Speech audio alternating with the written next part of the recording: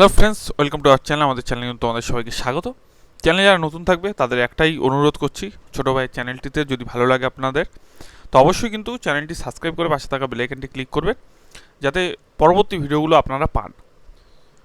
এবং দেখুন, আমি কিন্তু প্রত্যেকটা লোকসভা কেন্দ্র ধরে ধরেই কিন্তু আমি আলোচনা করছি এবং আপনাদের তথ্য দিয়ে বোঝাচ্ছি যে 2014 সালে কী হয়েছিল, 2019 সালে কীরকম কী ছিল এবং 2024 সালে কার পাল্লা ভারী থাকতে পারে সেগুলোও কিন্তু বোঝাচ্ছি। দেখুন, আমরা যে আলোচনা করছি যে কার পাল্লা ভারী থাকবে, এটা কিন্তু হতেও পারে আবার নাও হতে পারে। আমরা শুধু আপনাদের বোঝাতে এইটুকুই চাইছি যে আপনারা যাতে ট্রেন্ডটা দেখে বুঝতে পারেন যে কোন দিকে এগোতে চলেছে ভোটের হাওয়া। তো তার জন্যই কিন্তু আমরা তথ্যগুলো তুলে এনেছি এবং আজকে যে লোকসভাটি নিয়ে আবার আলোচনা করব সেটা কিন্তু উলুবেড়িয়া লোকসভা। আপনি কোন লোকসভা থেকে দেখছেন সেটি কিন্তু কমেন্ট সেকশানে কমেন্ট করবেন এবং লিখবেন আপনাদের লোকসভায় কে জিততে পারে, এবং দরকার হলে আমি কিন্তু সেখানে নিয়েও কিন্তু ভিডিও করব। অবশ্যই কিন্তু সেগুলো আমাকে সাপোর্ট করবেন। তো চলুন আমরা আজকে উলুবেড়িয়া দেখব। এবং দেখুন, উলুবেড়িয়ায় কিন্তু তিনজন হেভিওয়েট ক্যান্ডিডেট দাঁড়িয়েছে এবং তার মধ্যে এখানে কার পাল্লা ভারী থাকতে পারে, তৃণমূল, বাম সমর্থিত কংগ্রেস এবং নাকি বিজেপি। তো কার পাল্লা ভারী থাকতে পারে আমরা কিন্তু 2014 সালের থেকে একটু রিপোর্ট দেখে আমরা কিন্তু আলোচনা করব। দেখুন, 2014 সালে যে ছিল, 2014 সালে কিন্তু টোটাল ভোটার সংখ্যা ছিল এখানে 14,48,000। মেল ভোটার ছিল 7,61,000। ফিমেল ভোটার ছিল কিন্তু 6,86,000। এবং এখানে টোটাল কিন্তু ভোট হয়েছিল 11,86,000। টোটাল ভ্যালিড ভোট ছিল কিন্তু 11,77,000। এবং মার্জিন কিন্তু তৃণমূল কংগ্রেস যে জিতেছিল টোটাল ভোটের 48.5% নিয়ে, সে কিন্তু প্রচুর মার্জিন 2,01,000 ভোটে কিন্তু জিতেছিল। এবং দ্বিতীয় স্থানে কিন্তু ছিল সিপিএম, যার ভোট পার্সেন্টেজ ছিল কিন্তু 31.4। বিজেপি ছিল কিন্তু তৃতীয় নম্বরে, এটা কিন্তু 2014 সালের, বারবার বলছি, 11.6। এবং কংগ্রেস ছিল কিন্তু 5.8-এ। দেখুন, এই যে ট্রেন্ডগুলো, এই ট্রেন্ডগুলো কিন্তু খুব গুরুত্বপূর্ণ এবং আপনাদের জানাও জরুরি। এবার দেখুন, এটা তো 2014 সাল ছিল, 2014 সাল। এই 2014 সালে নরেন্দ্র মোদী সরকার কিন্তু, অর্থাৎ এনডিএ কিন্তু গভর্নমেন্ট কিন্তু আমাদের ভারতবর্ষে এসেছিল। তারপরের বার যে 2019 সালে কিন্তু আরেকটি ভোট এসছে এবং 2019 সালের যে বিজেপি সরকার ছিল, অর্থাৎ আবার সিলেক্টেড হয়েছে এবং আপকি বার মোদী সরকার, তাদের কিন্তু ট্যাগলাইন ছিল। এবং দেখুন, 2019 সালে কিন্তু এখানে কী কী টোটাল চেঞ্জ হয়েছিল।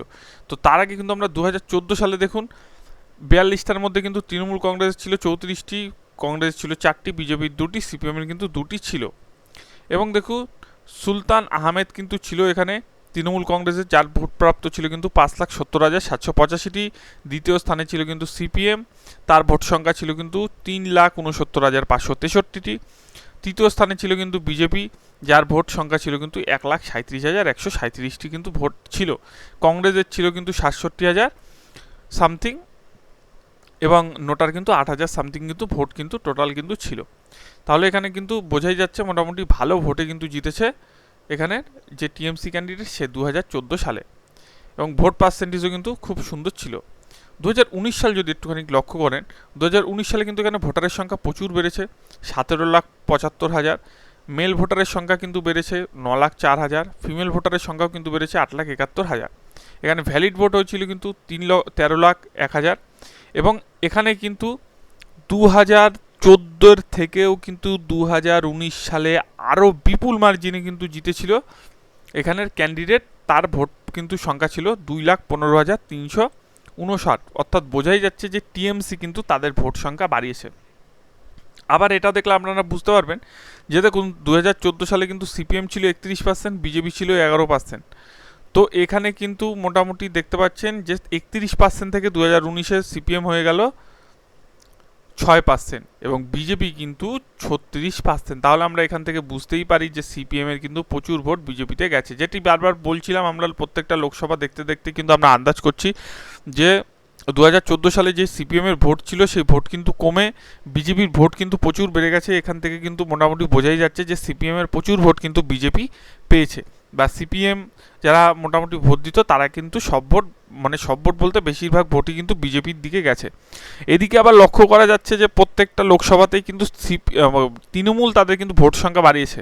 ঠিক আছে, প্রত্যেকটা লোকসভাতে আমরা যে কটা দেখলাম তার মধ্যে 2-1টা বাদে কিন্তু বেশিরভাগ লোকসভাতেই কিন্তু 2014-এর যে ভোট সংখ্যা ছিল তার থেকে 2019-এ কিন্তু তৃণমূল ভোট কিন্তু বাড়িয়েছে, যদিও বা হেরেছে কিছু কিছু জায়গায়, কিন্তু তারপরেও কিন্তু ভোট কিন্তু বাড়িয়েছে।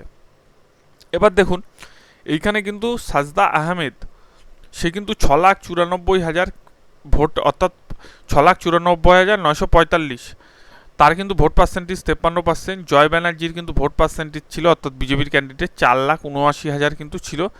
এবং সিপিএম কিন্তু প্রচুর ভোট ছিল, সে কিন্তু 81,000 হয়ে গেছে। এবং কংগ্রেস, দেখুন কংগ্রেস কিন্তু 27,000 ভোট কিন্তু পেয়েছে।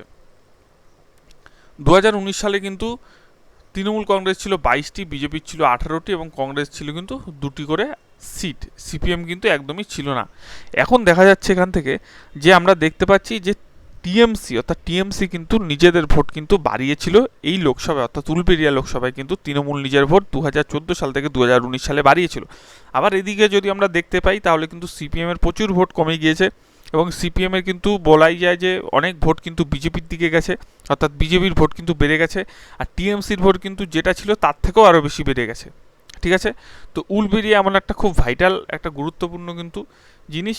দেখুন এখানে কিন্তু মোটামুটি যেটা বোঝা যায় একটা সবুজ হাওয়া বয়। ঠিক আছে, তো এইখানের কিছু ক্ষেত্রে কিন্তু একটু হলেও কিন্তু টিএমসি এগিয়ে থাকবে, কিন্তু এখানে একটা ব্যাপার আছে যে সিপিএম কংগ্রেস কিন্তু এবার জোট বেঁধেছে। সিপিএম কংগ্রেস জোট কি এখানে কোনো রকম কিছু করতে পারবে? তো দেখুন সিপিএম কংগ্রেস জোট যদি ঠিকঠাক ভোট পড়ে, কিছু ভোট কাটলেও কিন্তু এতে বিজেপির লস। ঠিক আছে, আর কিছু ভোট যদি না কেটে যদি সেই ভোটগুলো আবার বিজেপির দিকে যায় তাহলে কিন্তু আখেরে বিজেপিরই লাভ।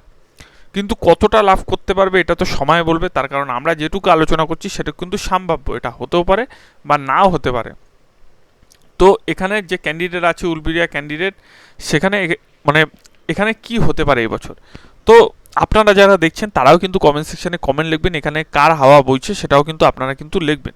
তো আমরা চ্যানেলের পক্ষ থেকে মোটামুটি যেটুক আমরা আলোচনা করছি বা কার পাল্লা ভারী, দেখুন এটা কিন্তু বারবার বলছি এটা কিন্তু হতেও পারে আবার নাও হতে পারে। তা আমরা যতদূর সম্ভব আপনাদের মাধ্যমে আমরা ট্রেন্ডটা দেখিয়ে সেটাই কিন্তু আলোচনা করি, অর্থাৎ তথ্যের সঙ্গে আলোচনা করি যে মোটামুটি কি হতে পারে। তা আমরা এখান থেকে কিন্তু মোটামুটি এগিয়ে থাকবো। আজকে তৃণমূল কংগ্রেস প্রার্থীকে কিন্তু আমরা এগিয়ে রাখবো, এই লোকসভা কেন্দ্রে কিন্তু তৃণমূল কংগ্রেস প্রার্থীকে আমরা এগিয়ে রাখবো। তার কারণ আমরা যদি একটুখানি লক্ষ্য করি যে 2014 সালের থেকেও কিন্তু 2019 সালে প্রচুর ভোট বেড়েছে এবং আরও বিপুল মাত্রায় কিন্তু মার্জিনে জয় এনেছে। তখন কিন্তু 2014 সালে অনেক সিট কিন্তু যদিও বা বিজেপি পেয়ে যায়, তবুও কিন্তু এই সিটের কিন্তু মার্জিন বাড়িয়েছে তৃণমূল কংগ্রেস, অর্থাৎ এই সিটে কিন্তু একটু হলেও কিন্তু জোর বেশি থাকবে তৃণমূল কংগ্রেস প্রার্থীর। তার জন্য কিন্তু আমরা মোটামুটি এই সিটটাতে তৃণমূল কংগ্রেসকে এগিয়ে রাখছি আজকের মতো। এবং আপনাদের মতামত কি সেটা কিন্তু আমাকে কমেন্ট সেকশনে জানাবেন, এবং ভিডিওটি কেমন লাগলো সেটাও বলবেন। ভালো লাগলে কিন্তু চ্যানেলটি সাবস্ক্রাইব করবেন।